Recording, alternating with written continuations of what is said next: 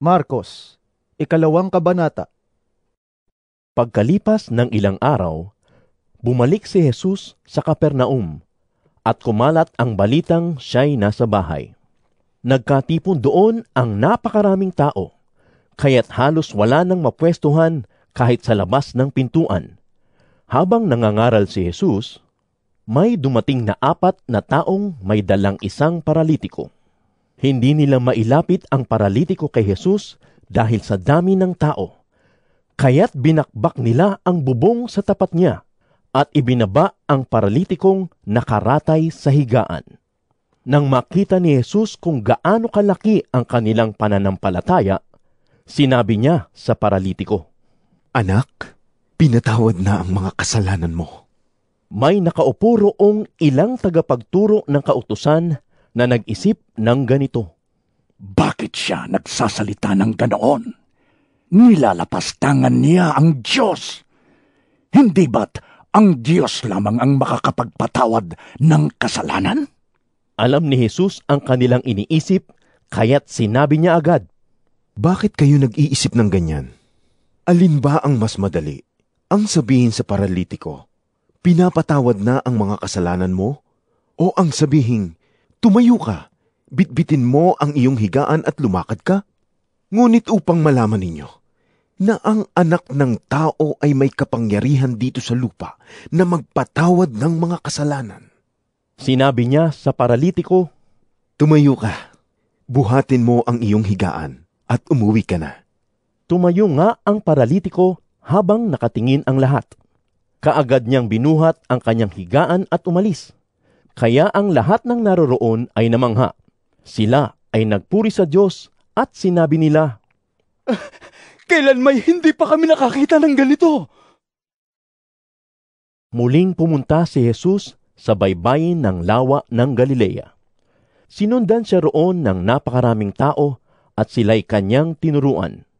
Habang naglalakad si Jesus, ay nakita niyang nakaupo sa tanggapan ng buwis si Levi na anak ni Alfeo.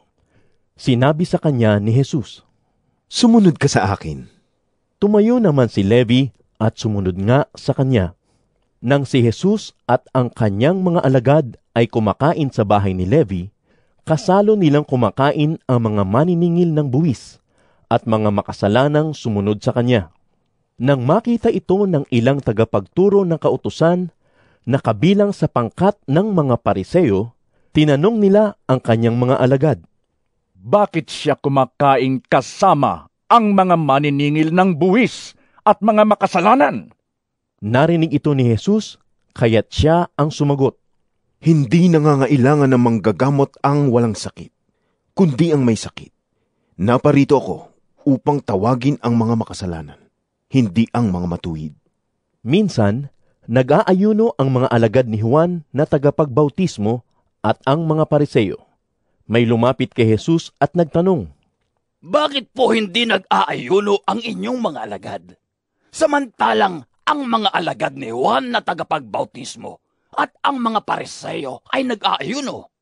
Sumagot si Jesus, Dapat bang mag-ayuno ang mga panauhin sa kasalan habang kasama pa nila ang lalaking ikinasal?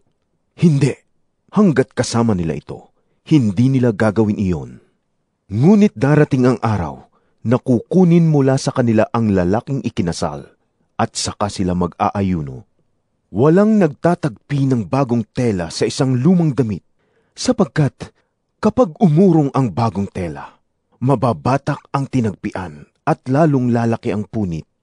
Wala ring naglalagay ng bagong alak sa lumang sisidlang balat, sapagkat papuputukin lamang ng alak ang sisidlang balat, at kapwa masasayang ang alak at ang sisidlan. Sa halip, ang bagong alak ay inilalagay sa bagong sisidlang balat. Isang araw ng pamamahinga, naparaan si Jesus at ang kanyang mga alagad sa triguhan. Habang sila'y naglalakad, ang mga alagad ay pumipitas ng trigo. Sinabi ng mga Pariseo kay Jesus, Tingnan mo ang ginagawa ng iyong mga alagad. Mahigpit iyang ipinagbabawal ng kautusan sa araw ng pamamahinga. Sinagot naman sila ni Jesus, Hindi pa ba ninyo nababasa ang ginawa ni David noong panahong si Abiatar ang pinakapunong pari? Nang si David at ang kanyang mga kasamay magutom at walang makain, pumasok siya sa bahay ng Diyos at kumain ng tinapay na handog sa Diyos. Binigyan pa niya ang kanyang mga kasamahan. Ayon sa kautusan, ang mga pari lamang ang may karapatang kumain niyon. Sinabi rin ni Jesus, Itinakda ang araw ng pamamahinga para sa tao. Hindi nilikha ang tao para sa araw ng pamamahinga. Ang anak ng tao ay Panginoon, maging ng araw ng pamamahinga.